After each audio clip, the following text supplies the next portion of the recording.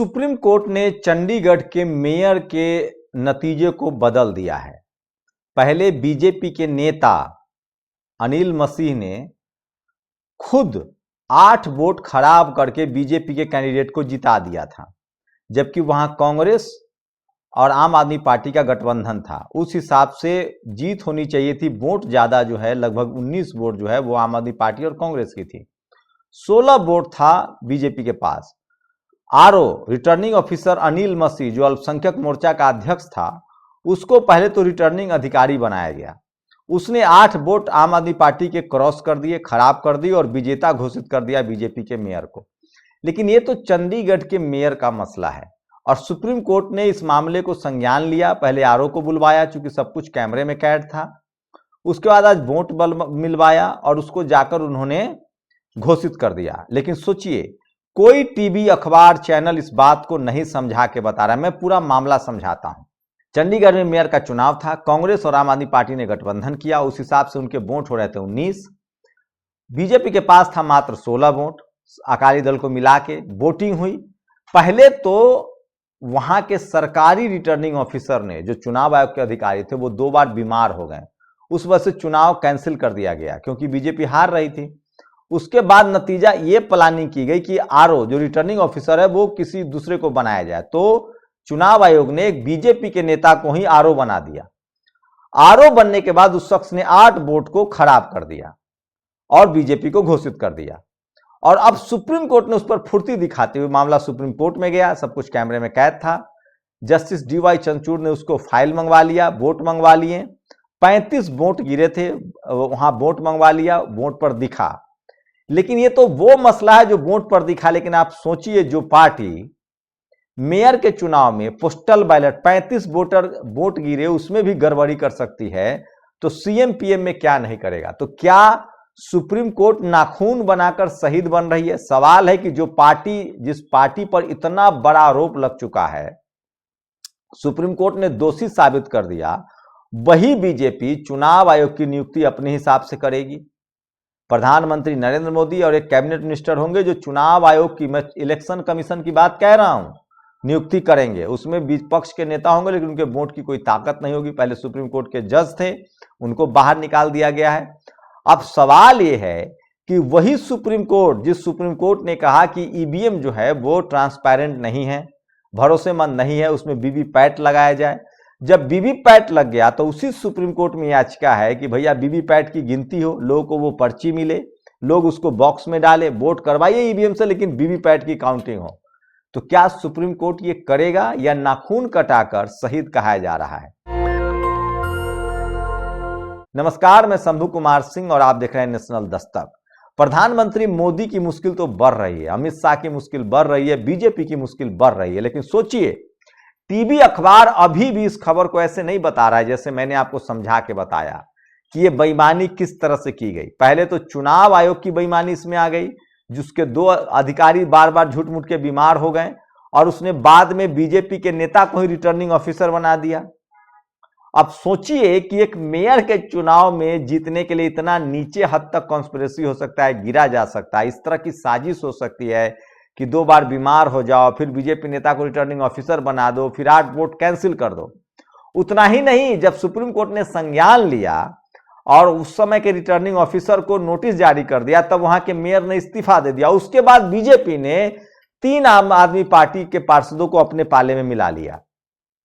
इस बात को भी डीवाई चंद्रचूड़ ने कहा है कि मुझे पता है पहले कैसे चुनाव में जीता गया और बाद में कैसे खरीद फरोख्त हुई है। तो ये बताइए कि ये किस राज्य में नहीं हुई, किस राज्य में कांग्रेस के विधायक को नहीं तोड़ा गया है, कहां हॉर्स ट्रेडिंग नहीं हुई। और सवाल है कि जो पार्टी एक मेयर के चुनाव के लिए इस हद तक जा सकती है, वो सीएम पीएम के चुनाव के लिए क्या करती होगी।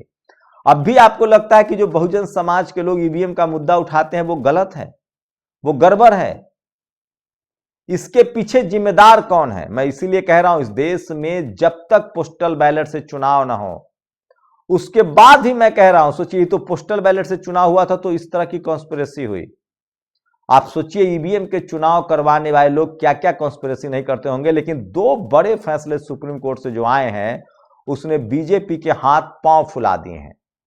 ये तो बहुजन समाज के नेता आपस में लड़ रहे हैं, एकजुट नहीं हो रहे हैं, नहीं तो दो फैसले ने हाथ पांव फुला दिए हैं। सोचिए, बीजेपी एक कानून लाती है इलेक्ट्रल बॉन्ड का, मतलब जो भी धन्ना सेठ उसको चंदा देंगे उसका नाम जाहिर नहीं होगा, पैसा किसने दिया, किस कंपनी ने दिया, कब दिया, ये जाहिर नहीं होगा। इससे होता क्या था कि सरकार उसको क्या दे रही है पता ही नहीं चल रहा है। अब जाकर इलेक्ट्रल बॉन्ड पर सरकार, सुप्रीम कोर्ट का फैसला आया है कि यह संवैधानिक है और उसकी सारी डिटेल जारी कीजिए। अब बताइए, कोई कंपनी जो एक यहाँ CSR होता है, मैं तो कई सारे मामले बोलने लगता हूं, एक CSR होता है, social responsibility fund, social responsibility, जो कॉर्पोरेट सोशल रिस्पॉन्सिबिलिटी CSR, जो अमीर धन्ना सेठ है उनको एक आदेश है कि आप कुछ इसमें से सोशल काम के लिए पैसा खर्चा करेंगे और उसके बदले में उनको टैक्स में छूट मिलता है।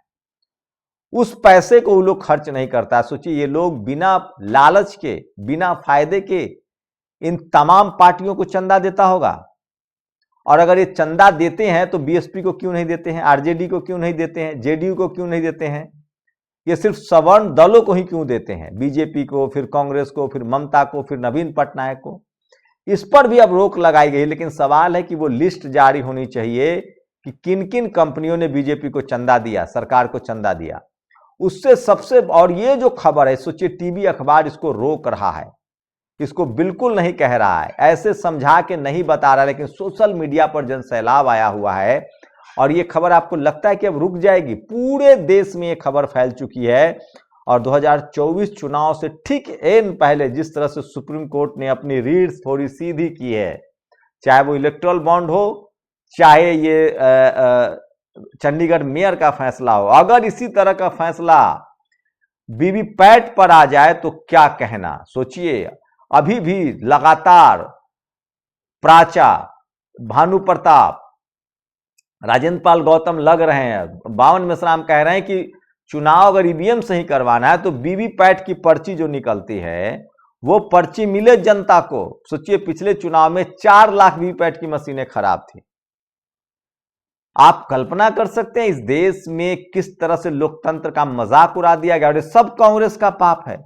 ईवीएम कांग्रेस लेकर आई और उसका बीजेपी भरपूर फायदा उठा रहे। और आज सुप्रीम कोर्ट ने कह दिया कि किस तरह से चंडीगढ़ में मेयर के चुनाव में बेईमानी हुई थी। क्या प्रधानमंत्री की कोई नैतिक जिम्मेदारी नहीं है? इस देश में ईवीएम के पक्ष में कौन है?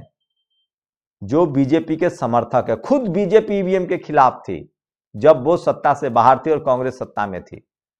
आप हटाइए, अगर आप मजबूत प्रधानमंत्री हैं, ईमानदार प्रधानमंत्री हैं, बैलेट पेपर से चुनाव कराइए, नहीं तो पोस्टल बैलेट से चुनाव कराइए और आप पर्ची गिनवाइए वीवीपैट का। और नहीं तो ईवीएम से चुनाव होता है तो वीवीपैट की गिनती हो। सोचिए, जो सरकार, जो दल चंडीगढ़ के मेयर के चुनाव में इस हद तक बेईमानी कर सकती है, वो क्या नहीं करती होगी। इसी को लेकर कुछ लोगों की प्रतिक्रिया मैं आपको सुनाता हूं। और सोचिए, इस शख्स को देख लीजिए, 3 शख्स को देखिए। इस शख्स का नाम है अनिल मसीह। ये अल्पसंख्यक मोर्चे का अध्यक्ष था बीजेपी का, अब इस्तीफा इसको निकाला जा चुका है। और इसने, सुप्रीम कोर्ट ने इसको कहा है अब मानना का इस पर कार्रवाई होनी चाहिए। झूठ भी बोला इसने सुप्रीम कोर्ट में कल कि वो पोस्टल बैलेट खराब थे। आज सुप्रीम कोर्ट ने पोस्टल बैलेट मंगवाया, कहा कि बताओ कैसे खराब थे, तो सब ठीक है। और ये दूसरा शख्स, इसका नाम है सुशांत सिन्हा। ये पत्रकार कहता है, ये उस दिन डंके की चोट पर कह रहा था कि अनिल मसीह ठीक है, सारे बैलेट पेपर पर एक क्रॉस का चिन्ह लगा रहे थे। ये आदमी खबर दे सकता था, अनिल मसीह का इंटरव्यू कर सकता था, लेकिन ये सीधे सीधे जाकर अपने चैनल पर बैठ के कह रहा था कि बिल्कुल ठीक हुआ। ये वही शख्स है जो दिन रात सरकार का गुणगान करता है। तो सोचिए कितना बड़ा फ्रॉड है इस देश की मीडिया, टीवी और अखबार। तो सोचिए, अनिल मसीह को तो अब मानना का नोटिस जारी हो गया, चुनाव रद्द हो गया। और सोचिए, चुनाव इसलिए रद्द कर दिया गया और उसी चुनाव को वैलिड माना गया है। चुनाव रद्द नहीं हुआ है, नतीजे रद्द हुए हैं। और बीजेपी के मेयर को फिर से, बीजेपी के मेयर को ने इस्तीफा दे दिया था। अब आम आदमी पार्टी का वहां मेयर बन जाएगा, क्योंकि वहां 3 लोगों को खरीद लिया गया था। तो जब सुप्रीम कोर्ट का डंडा चला तो सोचिए, और इसलिए मैं कह रहा हूं हाईकोर्ट, सुप्रीम कोर्ट में जब तक दलित, पिछड़े, आदिवासी जज नहीं होंगे, आज अगर 3 से 4, 10 जज होते SC ST OBC के, तो सुप्रीम कोर्ट ईवीएम बैन कर देता। और बैलेट पेपर से चुनाव होता अगर वहां बहुजन समाज के जज होते, क्योंकि हर बहुजन जानता है कि फ्रॉड हो रहा है। अगर आज टीवी अखबार में दलित पिछड़े आदिवासी होते तो इस खबर को दिखाते, तो इस पत्रकार का क्या होगा। इसलिए मैं कह रहा हूं ये पत्रकार को कुछ मत कीजिए, बस टीवी अखबार को देखना बंद कर दीजिए। ये लोग सरकार के दलाल हैं और सिर्फ इस सरकार के दलाल हैं, क्योंकि ये सरकार इनकी जाति के हिसाब से काम कर रही है। ये लोग आरएसएस के पैरोकार हैं। ये सरकार जो चल रही है ना, इसमें सिर्फ और सिर्फ आरएसएस की सरकार है। और इस देश की जो मनुवादी और जातिवादी मीडिया है वो पूरी तरह से इस सरकार के साथ, अगर यही नीतीश कुमार होते, तेजस्वी यादव, मायावती जी, यही कोई दलित पिछड़ा का पार्टी इस तरह का काम करता, सपा बसपा आरजेडी जेडीयू जेएमएम करता, तो ये लोग खाल खींच लेता, उस पार्टी को रद्द करवा देता, सदस्य उस पार्टी का रजिस्ट्रेशन रद्द करवा देता ये लोग चुनाव आयोग से, ये मीडिया वाला। लेकिन न तो इस पत्रकार का कुछ होगा, न बीजेपी का कुछ होगा, और ये लोग बेशर्मी से। इसलिए मैं बहुजन समाज, इस देश के दलित पिछड़े आदिवासियों को कह रहा हूं कि आप लोग इनको देखना बंद कीजिए। ये लोग लोकतंत्र के दुश्मन हैं, बहुजन समाज के दुश्मन हैं, ये लोग डेमोक्रेसी के दुश्मन हैं, आप मानिए न मानिए। और ये सबसे बड़ी खबर है और सबसे ज्यादा बीजेपी सत्ते में है। अब क्या होगा? लोकतंत्र की हत्या की भाजपाई साजिश में मसीह सिर्फ मोहरा है, पीछे मोदी का चेहरा है। राहुल गांधी ने बड़ा सवाल किया है कि इसके पीछे मोदी का चेहरा है, अमित शाह का चेहरा है। इसको अमित शाह के खरीद फरोख्त को ये लोग कहता है चाणक्य नीति। सोचिए ये लोग कितना बड़ा फर्जीवाड़ा करता है। सुप्रीम कोर्ट का ऐतिहासिक निर्णय है, अरविंद केजरीवाल की चंडीगढ़ मेयर चुनाव आप उम्मीदवार की जीत, सुप्रीम कोर्ट ने घोषित किए नतीजे।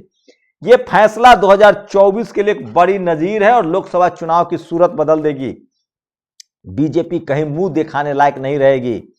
सुप्रीम कोर्ट ने आपके कुलदीप को चंडीगढ़ का मेयर घोषित किया। चुनाव का सिस्टम जब 100% फिजदी बेईमानी पर उतर आए तो अदालतों को ही नतीजे तय करने होंगे। चंद्रचूड़ साहब इस दौर में अपनी दिलेरी दिखाई, सैल्यूट है। लेकिन सवाल है कि क्या ये जानबूझकर ईवीएम से मुद्दा ध्यान भटका? चंद्रचूड़ साहब, आप अगर इतने ही ईमानदार हैं तो किसी कीमत पर पोस्टल बैलेट से चुनाव कराइए या वीवीपैट की गिनती कराइए।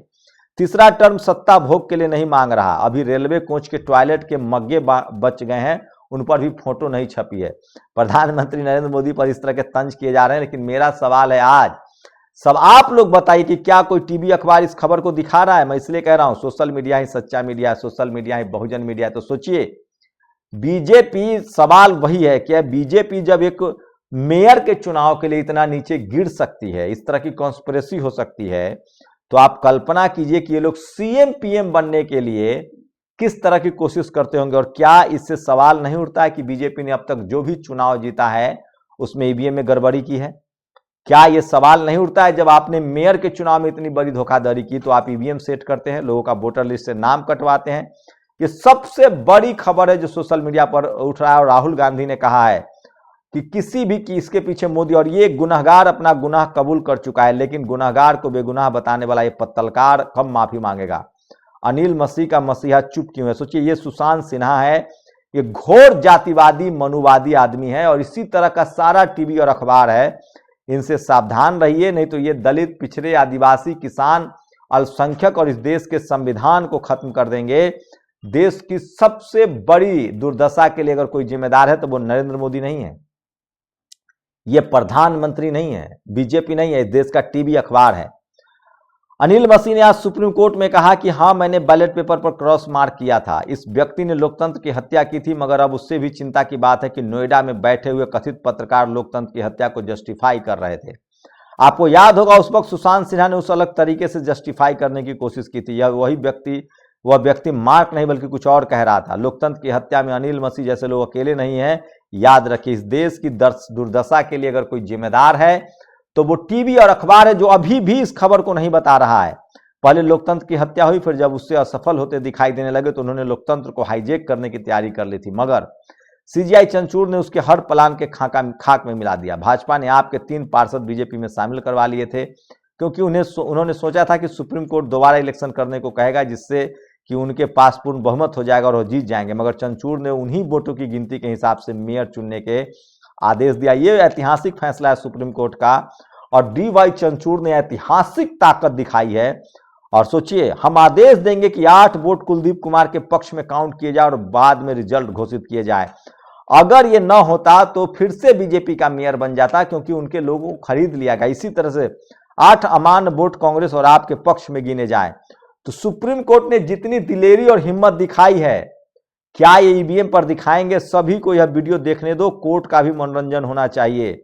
और ये बात सुप्रीम कोर्ट ने कहा, तो लगता है कि नरेंद्र मोदी और अमित शाह के लिए दिन अच्छे नहीं आए हैं, और लगता है कि डीवाई चंद्रचूड़ ने कुछ और तय कर लिया है। जाते जाते खेल तो होगा। अगर कोर्ट न होती तो लोकतंत्र खत्म ही हो गया होता। We will direct that votes for the, सोचिए किस तरह से सबसे बड़ी खबर है। और सोचिए अब भी आपको टीवी अखबार पर भरोसा है, अब भी आपको इस देश के, और सोचिए ये भी साजिश है किस तरह से जानबूझकर चुनाव आयोग के अधिकारी को बीमार किया गया और एक जानबूझकर बीजेपी कार्यकर्ता को रिटर्निंग ऑफिसर बनाया गया। और सबसे बड़ा सवाल यह है, सोचिए अगर रिटर्निंग ऑफिसर भी इस तरह का काम करे तो कौन चेक एंड बैलेंस करेगा? अनिल मसीह कल आप कह रहे थे कि बैलेट पेपर खराब हो गए, दिखाइए कहां खराब है। सीजीआई चंद्रचूड़ ने चंडीगढ़ मेयर चुनाव में हो रही सुनवाई के दौरान रिटर्निंग ऑफिसर अनिल मसीह से कोर्ट में पूछा। सवाल है कि ये नाखून कटा के शहीद तो नहीं हो रहे हैं, सवाल है कि ईवीएम पर क्या, जिस ईवीएम को सुप्रीम कोर्ट ने कहा है कि ये ट्रांसपेरेंट नहीं है, उसकी वोटों की गिनती क्यों? वोटों की गिनती तो बैलेट पेपर से होनी चाहिए या फिर वीवीपैट की गिनती होनी चाहिए। आप कल्पना कीजिए कि जो पार्टी एक मेयर के चुनाव जीतने के लिए पोस्टल बैलेट को क्रॉस कर सकता है, अपना पार्टी का रिटर्निंग ऑफिसर बना सकता है, वो क्या नहीं कर सकता है? और इसके लिए जिम्मेदार है इस देश का टीवी और अखबार। अपनी प्रतिक्रिया जरूर दीजिए, शुक्रिया। नेशनल दस्तक की आपसे गुजारिश है कि अगर इसको बचाना चाहते हैं तो नेशनल दस्तक को सब्सक्राइब करने के लिए रेड कलर के सब्सक्राइब बटन को दबाएं, फिर बेल आइकन की घंटी दबाएं। नेशनल दस्तक को बचाने के लिए बहुत जरूरी है कि हर खबर को शेयर करें, लाइक करें, कमेंट जरूर करें।